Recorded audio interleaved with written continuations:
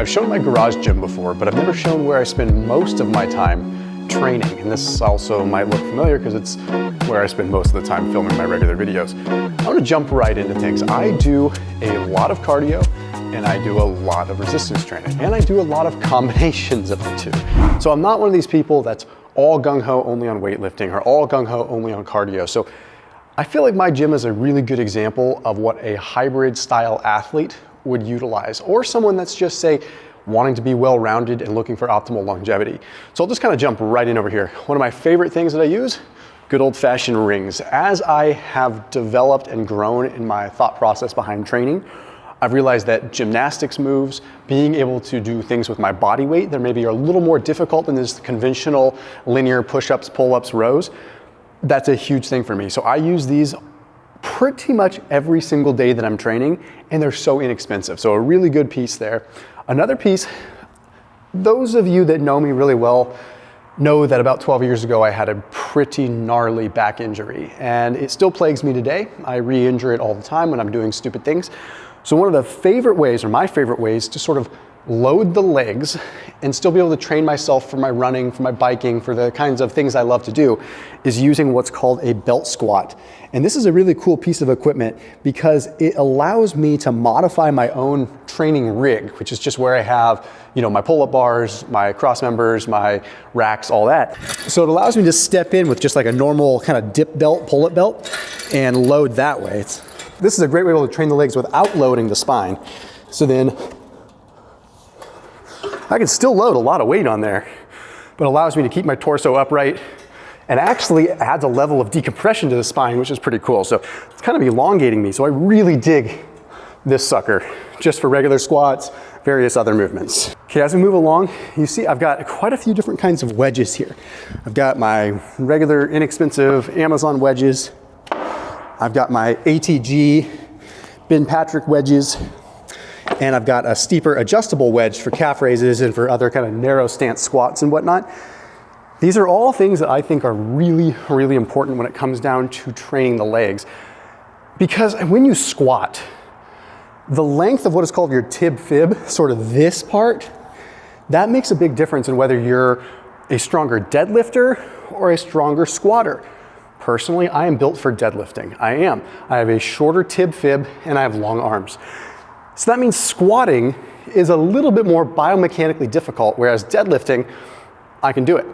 So I try to do any kind of wedge type squats that I can because it gives me a longer tib fib. So these kinds of things are great for really squatting.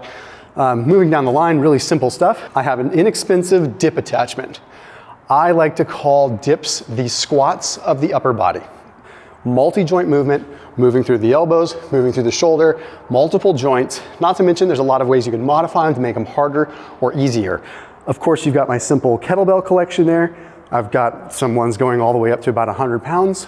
The only time I really use the 100-pound kettlebell is if I'm doing like deficit squats. So that might be where I put a couple of plates on the ground and I want to do like a deadlift that's going a little bit deeper than I could naturally get unless I was standing on something.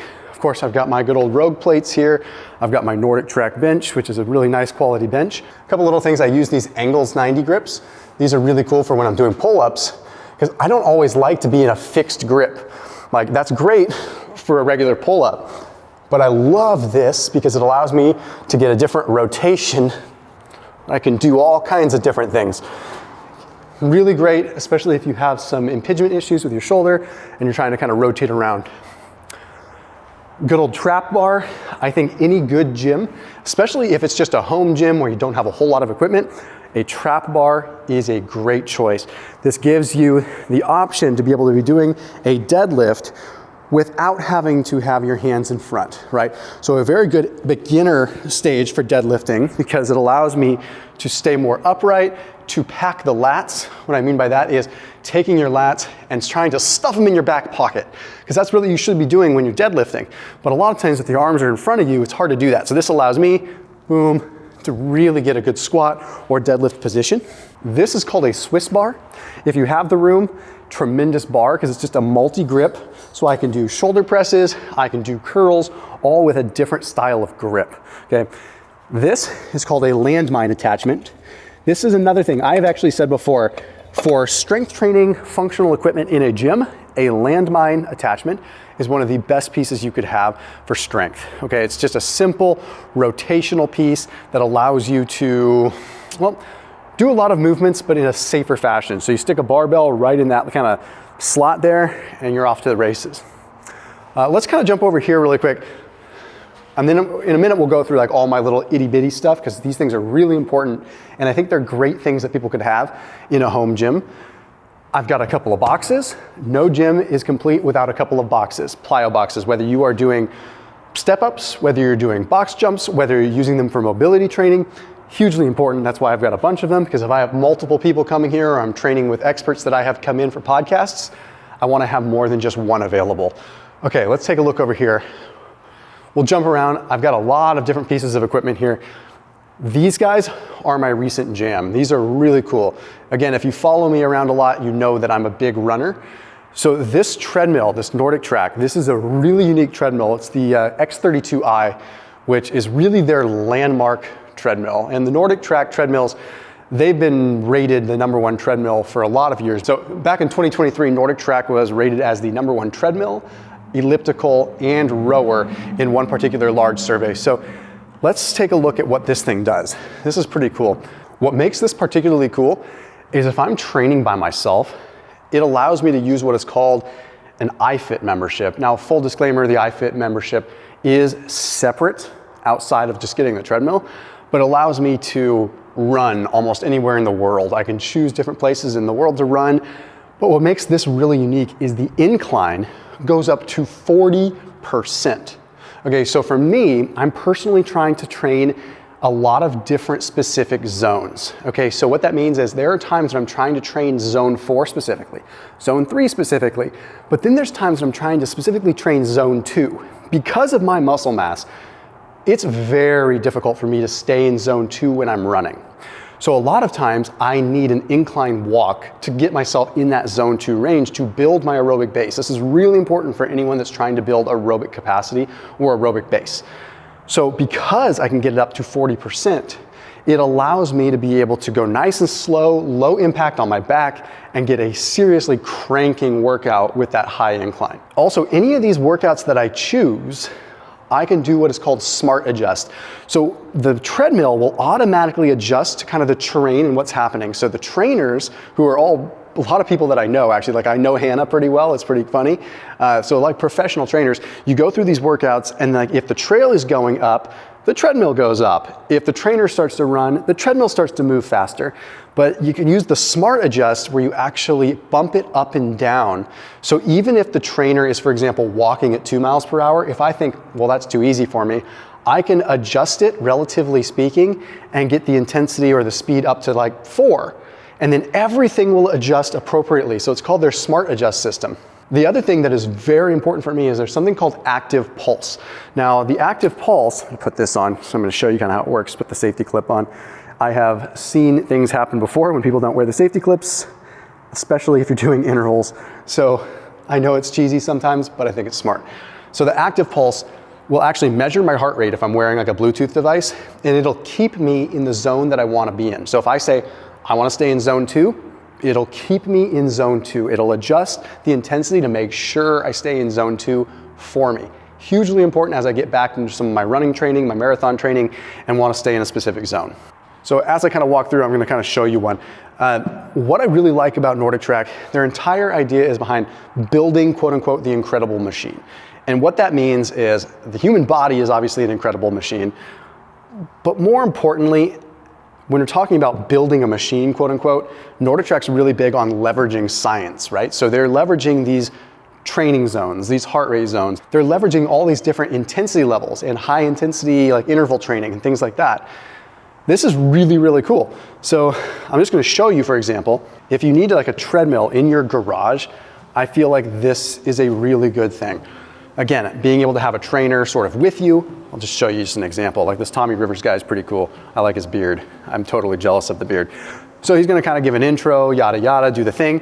But I'm just gonna show you really quick. If I were to crank this up to 40%, you're not gonna find a treadmill that does this. This thing just goes up and up and up and up. And look at, I can like walk along with them. So for me, I a lot of times train early in the morning, so I don't always have, God, this thing, I hardly ever have to use it at 40%, like that's intense. But just to illustrate the point. Whoop. So again, when you're training on the incline, it makes sense why you would have this, right? Because, whoop. Anyhow, if I'm training in the morning and I'm by myself, not a lot of people want to go running with me at 5 o'clock or 6 o'clock in the morning. So it's kind of nice. I can actually go use my piece of equipment there. So there's a link down below that allows you to get the NordicTrack X32i, or if you want to try something else, there's other options as well. But that link is NordicTrack.com/DeLauer. Again, NordicTrack.com/DeLauer. I'll link to it in the top line of the description underneath this video. But seriously, a really, really cool addition to any gym. There's other things that you can try as well. I wanted to focus on the treadmill because it makes the most sense to me, but the bike is really cool too. Touching briefly on this bike, what makes it unique is not only the giant screen to do the same kind of thing you would do on the treadmill, where like, you know, we'll show some B-roll right now, with me riding it. I can ride through Moab, I can ride through Australia, I can ride near the beach, whatever, but the incline actually adjusts too. Okay, so for me, if it's really, really cold out or something and I want to go for a ride, I can do this and I can actually get, just like I'm going on a real ride, it's pretty darn accurate. There's a lot of like studio trainers and stuff out there. This is more of like a real lifestyle trainer. Let's jump over here really quick. I've got a few different kinds of benches, not because I'm specifically attracted to any one kind of bench. I just sometimes like a wide bench for different things. I sometimes like a narrow bench. I know they don't match. Nothing crazy here. I've got my dumbbells that are going up to about 100 pounds here. NordicTrack also sent me some adjustable dumbbells, which I definitely use. These are pretty cool because I can kind of like slide and adjust at the 2.5 pound increment. So it makes it so I don't have to take up a bunch of space. I've got these cool Sandbells. These are neat. These are kind of like doing kettlebells mixed with sandbags. I mean, it's pretty cool. So just for, you know, if I want to do whatever, all the way up to like 120 pounds if I put them in a sandbag. Let me show you some of the smaller stuff that I've got, just to show you some things that you might want to put in your garage. Again, like if I had to tell you specifically what to get, I would get a squat rack, I would get a Landmine, I would get a trap bar, I would get a good treadmill or a bike, but prefer a treadmill so that you can kind of adjust incline and do things like that. But then there's little things. Bands. Can never have enough bands. I use things in this area probably more than anything else outside of maybe the free weights and the treadmill. What I've got here is a thing called a Pso-Rite. If you have back issues, you lay on this thing on your stomach. I'll show you real quick. And you kind of let it dig in and get that psoas muscle, which is very hard to release. But using this thing, it really gets in there. You kind of massage it in there and you let it sit on that for about a minute or so. Sounds funny, but anyone that's had a good massage where they release the psoas knows how difficult it is for a hand to get in there to release the psoas, because you get the fingernails of the masseuse it's difficult. Trust me, I've been there and I have had literal gouges on my skin from them trying to release my psoas, and this thing actually works really well. A couple other little things, got a massage gun here, like a kind of percussion massager. I've got my weight plates, you know, GoRuck weight plates so that I can add them into different weight vests. I've got a bunch of jump ropes. I've got a heavy, heavy jump rope. This thing is crazy. This is like a 15-pound jump rope. So when you're doing your jumps, it's like a form of cardio. I've got my big slam balls all the way up to 100 pounds there. And I've got my regular medicine balls, my regular wall balls up to about 20 pounds. So nothing insane there. This is interesting here. This is a hyperbaric oxygen chamber, which I'm not going to spend a ton of time talking about that because that's not really practical for everybody. But if you saw an interview that I did with Dr. Scott Schur, we go into a lot of detail why a hyperbaric oxygen chamber is very good for recovery. My wife recently had a TBI, a brain issue, when she got in a horse accident and it was kind of ugly. And this has been a huge piece for her recovery. So it's here. Getting into some other equipment that I've got. Yes, I've got a ski erg, I've got an assault bike for when I'm doing CrossFit style stuff. If you are into rowing as your form of cardio, this thing is really cool. Again, if you follow me closely, you know that I spend a fair amount of time in Hawaii. I love Hawaii. I have yet to row in Hawaii, but if I feel like rowing in Hawaii, I can. This is cool. Same thing as like when I did the treadmill, I can do different rowing classes. I'm not going to show you right now. I'm going to show you some B-roll so you can get an idea. I want to kind of blaze through this so you can see other stuff. But like, they've got really cool coaches again. They've got studio style rowing, so like hit rowing, or they've got like ocean rowing, where if I wanted to be in Hawaii and I wanted to row. And I'll tell you, as someone that has done a lot of rowing, because I've done a fair bit of CrossFit, I really like rowing. And a lot of times I would, be rowing on different rowers and whatnot. This is a really smooth row, like really nice. And I just love the feeling of it. And it allows you to really establish that like, knees, body, arms kind of motion that you should be getting when you're rowing. Okay. This is the Fusion. This is really great. I have this in here. My wife loves to use this one. It's perfect when it comes down to just trying to get a cardio sort of weight training. Now, I will use it, but my wife really loves those kinds of classes. So if you are someone that is trying to set up a home gym, that's a great piece of equipment as well. Then I use my resistance training here. This is a very simple cable machine. A lot of my weight training is done with simple weights. I will use cables, but most of my training, I do a little bit more CrossFit style. So not specific CrossFit, but more functional CrossFit style. So the cables are here because I use them, but a lot of times I have guests that come and train and they want modifications where they'll use cables. So that's a really important thing for that kind of situation. Again, there's nothing fancy here. It's just your typical cable, being able to do tricep push downs, curls, whatnot. Just to give you, this is really important. So these are called Smart Cuffs. These are my BFR cuffs. Smart Cuffs is pretty interesting, no brand affiliation with them. These are real BFR cuffs where you're training with what is called occlusion. Now we can show some B-roll of me training with BFR cuffs just so you get an idea. It's where you are basically trapping some of your venous return. Okay, so what that means is you get this insane pump, but that's not what you're after. The thing that you're trying to achieve by training with BFR cuffs is by building up more what is called lactate. Lactate is, in essence, kind of when you feel the burn. The burn is actually hydrogen ions that are building up, creating an acidic environment, and lactic acid and lactate kind of form as a byproduct of that. Okay, so the lactic acid, quote unquote, is not the burn, but the lactate, that entire effect, is actually what signals adaptation. So when you train with BFR cuffs, it's a very good way to train with less load, less weight, and still get the similar metabolic stimulus. So again, when I'm rehabbing injuries or I need to do a recovery day, it's a great solution for me. Let me just give you a quick peek in here. You probably recognize this spot. And it's kind of funny because we go right from the gym into a podcast room where I've had some awesome guests in here. Dave Asprey, I've Dr. Gabby Lyon, Peter Attia, all these awesome guests that we have. This is where that magic happens. And just to kind of show and round things off a little bit more, I'm a big fan of doing any kind of hybrid sled work, but also a lot of mobility work. So that sled right there, I'll push back and forth in between a lot of sets. Then I have these. I think any good gym is going to have simple yoga blocks like this.